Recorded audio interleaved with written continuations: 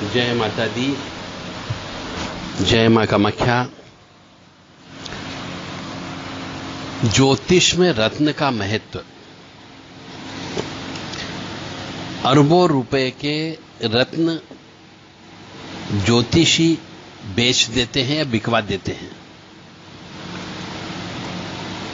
तो इसके पीछे का बहुत बड़ा विज्ञान है। आज हम उसी विज्ञान के बारे में बात करेंगे कि रत्नों का मनुष्य के जीवन पर प्रभाव क्या पड़ता है, क्यों रत्न खरीदना चाहिए, कौन सा रत्न पहनना चाहिए, कौन से लगन वाले को कौन सा रत्न धारण करना चाहिए, कौन सा जीवन रत्न होता है। बहुत से मनुष्य गलत रत्न धारण करने की वजह से भी मुसीबत में फंसते हैं। जो रत्न नहीं पहनना चाहिए वो भी धारण कर लेते हैं और उसकी वजह से मनुष्य को कष्ट की प्राप्ति होती है। क्योंकि रत्न यदि ओरिजिनल है तो मनुष्य को लाखों करोड़ों रुपए का वारे न्यारे कर देता है, और यदि खराब है तो वो कंगाल कर देता है, एक्सीडेंट कर देता है। इसलिए जो भी रत्न पहने बहुत ही सोच समझ करके पहनना चाहिए। 12 लगन होते हैं, उन लगन के आधार पर और लगन के जो ग्रह नक्षत्र होते हैं उनके आधार पर नगों को पहना जाता है। हर एक लगन के लिए अलग अलग जीवन रत्न होता है और कुछ सहायक रत्न भी होते हैं। परंतु इसके लिए आपको किसी एक्सपर्ट ज्योतिषाचार्य से बात करना पड़ेगी, तो वो आपको बता सकता है कि कौन सी लगन पर कौन सी नग धारण करना चाहिए और कितने रत्ती का धारण करना चाहिए। राशि के हिसाब से नहीं चलता है, यह अवश्य ध्यान रख लेना आप।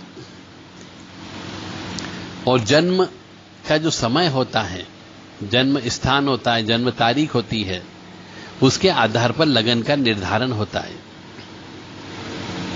तो ज्योतिष में और जीवन में रत्नों का बहुत बड़ा महत्व होता है। कामाख्ये वरदे देवी नीलपर्वतवासिनी तम देवी जगत माता योनि मुद्रे नमस्तुते। कामाख्ये काम संपन्ने कामेश्वरी हर प्रिय काम नाम देही में नित्यम कामेश्वरी नमस्तुते। काम दे काम रूपस्ते सुबके सुर सेविते करोमि दर्शन देव्यम सर कामार सिद्धयेत। ओम महेशानी महामाये चामुंडे मुंडमालिनी आयु आरोग्य ऐश्वर्य देही में देवी परमेश्वरी। योनि मात्र शरीराय कुंजवासिनी कामदा रजस्वला महातेजा कामाक्षी ध्यायताम सदा। काम प्रिया कामरता काम प्रिया कामरता कामा काम स्वरूपिणी कामिनी कामिनी काम्य कामुका कामचारिणी। कामाख्या काम बीजस्ता काम पिट निवासिनी कामदा कामहा काली कपाली करालिका। तो ज्योतिष में रत्न को बहुत महत्वता दी गई है, बहुत प्रधानता भी दी गई है। रत्न धारण करने का मुख्य उद्देश्य या रत्न को धारण करवाने का उद्देश्य केवल यह होता है कि जीवन को सुखमय बनाना है और अच्छे से जीवन कट जाए, इसलिए रत्न धारण किए जाते हैं। मतलब ऐसे ऐसे उपाय ज्योतिषाचार्य कराता है जिससे मानव जीवन बहुत सुखी बन सके और वह मनुष्य जीवन में प्रगति कर सके। इसमें वो हवन करवाता है, जप करवाता है, तप करवाता है, दान धर्म करवाता है और रत्नों का धारण करवाता है। तो रत्न धारण करने का उद्देश्य ही यही होता है कि मनुष्य जो है सुखी जीवन व्यतीत करे। तो मानव जीवन जो है 7 प्रकार के जो कलर होते हैं उनसे बना हुआ है। मनुष्य के जीवन में 70% तक पानी है और पानी में 7 कलर होते हैं, और जो 9 ग्रह के जो रत्न होते हैं उनके भी कलर होते हैं, वो भी ही 7 कलर के होते हैं। तो मनुष्य के जीवन में ग्रहों की जो किरणें आती है, ग्रहों से जो किरणें आती है ऊपर से आकाश मंडल से, उनका वास्तव में जो संतुलन होता है उससे पूरा शरीर नियंत्रित होता है।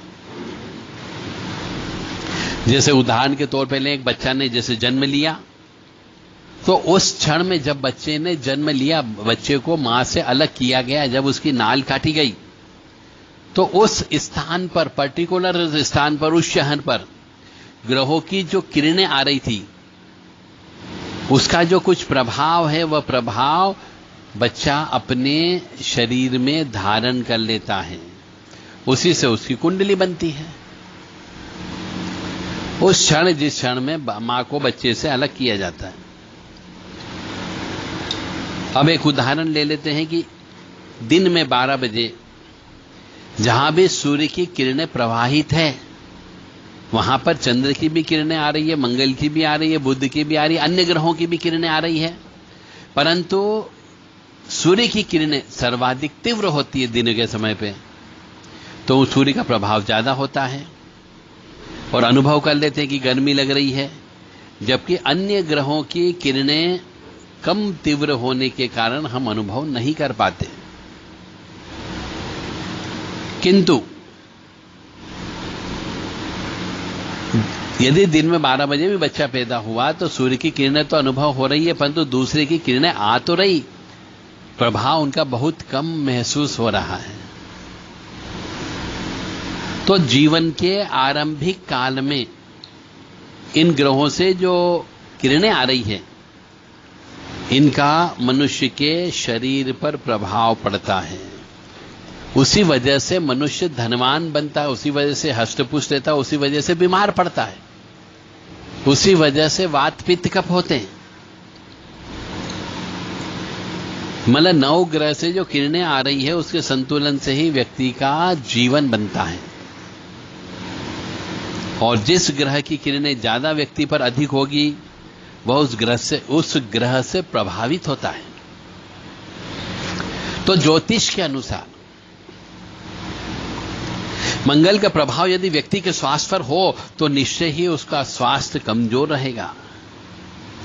चाहे उसे कितने ही दूध पिला लो, कितने ही ड्राई फ्रूट खिला लो, कितने ही शक्तिवर्धक पदार्थों का सेवन क्यों न करा लो, उसके स्वास्थ्य में, उसके हेल्थ में सुधार नहीं आ सकता।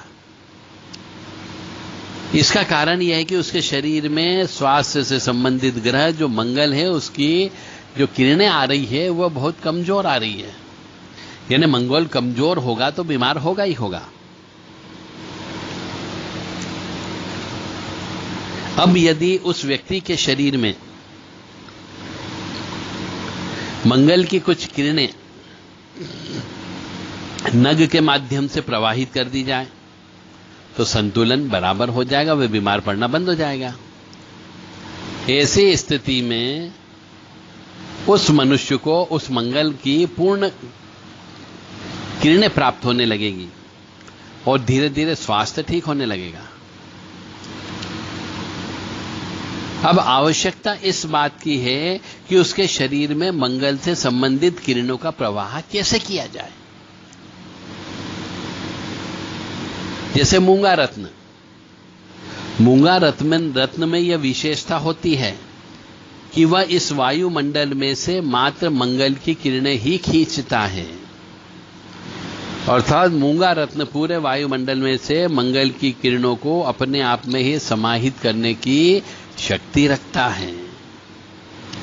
तो यदि किसी अंगूठी में मूंगा रत्न जड़वा दें तो और उसके नीचे के भाग का इस प्रकार से खोखला रखे कि शरीर की त्वचा उस रत्न से स्पर्श होती रहे, तो त्वचा संवेदनशील होने के कारण उस रत्न के माध्यम से मंगल की किरणें वो शरीर ऑटोमेटिकली एडजस्ट करते रहेगा।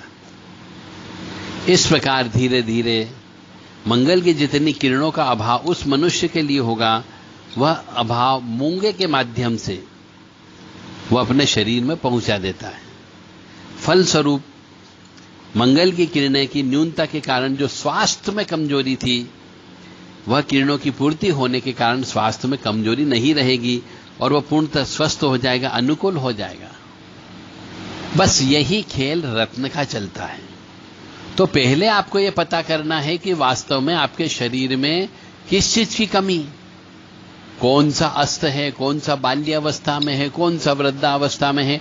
इनकी पावर कम होती है और जब इनकी पावर कम होती है तो इनसे संबंधित ही नग पहनना चाहिए। अब दूसरा उदाहरण लेके देख लें अपन कि जिस प्रकार से जिसके जीवन में गुरु यानी बृहस्पति की किरणों का अभाव शरीर में है पैदा होते समय, तो वह गुरु से संबंधित पुखराज रत्न को धारण करें और उसके माध्यम से किरणें उसके बॉडी में जाती रहेगी। अब यहां पे यह भी प्रश्न आता है कि कौन सा रत्न है, कितने वजन का होना चाहिए और किस धातु में पहनना चाहिए। इसका निर्णय इस आधार पर किया जाता है कि उसको कितनी किरणों की आवश्यकता है, कितना कमजोर है वो ग्रह, और कितने भार का रत्न एक दिन में कितनी किरणों को प्राप्त करेगा, जिससे कि उसका संतुलन आ सके। इसी चीज को ध्यान में रख करके यह निर्धारित किया जाता है कि कौन सा रत्न पहनना है, कितने भारी वजन का पहनना है, किस धातु में पहनना और किस उंगली में पहनना। ये चारों चीज का ज्ञान होना चाहिए।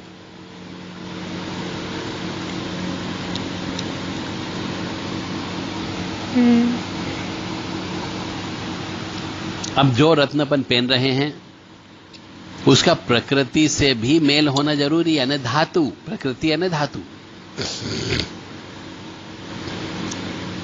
धातु और रत्न दोनों एक दूसरे के विपरीत भी नहीं होना चाहिए, अन्यथा काम नहीं करते हैं, वो रश्मियां नहीं खींचेंगे, किरणें नहीं खींचेंगे। इसलिए प्रत्येक रत्न का अपना अपना धातु है, वह भी ज्ञान होना चाहिए, और धातु भी उतनी ही लेनी चाहिए जिससे कि भली आराम से अंगूठी का निर्माण हो सके और उसमें जो रत्न अपनों ने खरीदा है वो अच्छे से फिट बैठा सके। तो रत्न धारण करने की विधि एक बहुत ही वैज्ञानिक तरीके से बनाई गई है और इसका ठोस वैज्ञानिक आधार है, इसलिए रत्न अवश्य धारण करना चाहिए। यदि किसी मनुष्य को रत्न के बारे में कोई जानकारी चाहिए तो व्हाट्सएप के माध्यम से उचित दक्षिणा देकर के वो रत्न से संबंधित जानकारी देवराधा ट्रस्ट से प्राप्त कर सकता है।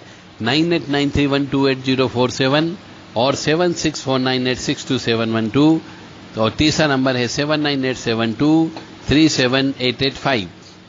इन 3 व्हाट्सएप नंबर पर आप संदेश देकर के रत्न के बारे में अपनी कुंडली का विश्लेषण करा के समझ सकते हैं। पुराने जमाने में रत्नों का बहुत महत्व हुआ करता था। रत्नों में एक आकर्षण भी होता है, जिसकी शादी नहीं हो रही उसको भी रत्न पहनाया जाता है, जिसकी हो गई है वो भी रत्न पहनता है। पुराने जमाने में राजा महाराजा भी रत्न पहनते थे, अपने मुकुट में भी रत्न दड़वाते थे। इसलिए रत्न को धारण करना चाहिए।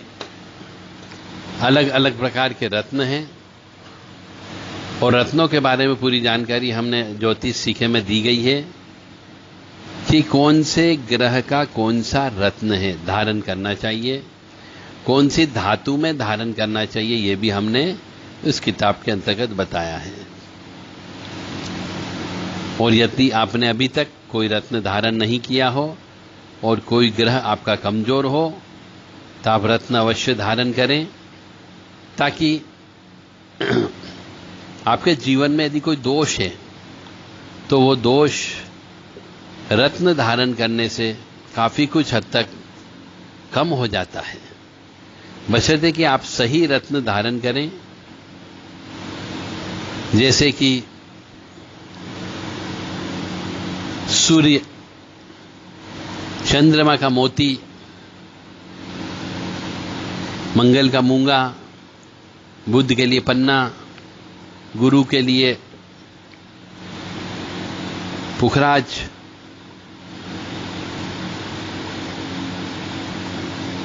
शुक्र के लिए हीरा, शनि के लिए नीलम, राहु के लिए लसन,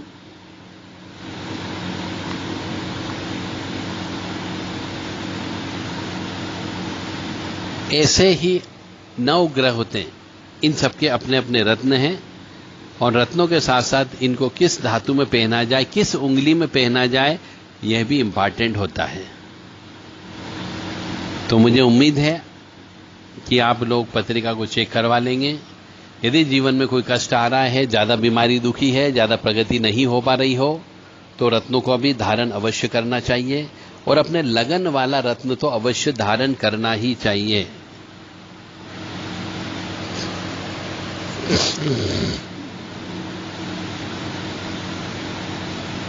जय माता दी, जय मां कामाख्या, मां भगवती जगतजननी आदि शक्ति भवानी आपको सुखी रखे, स्वस्थ रखे, प्रसन्न रखे। जय माता दी।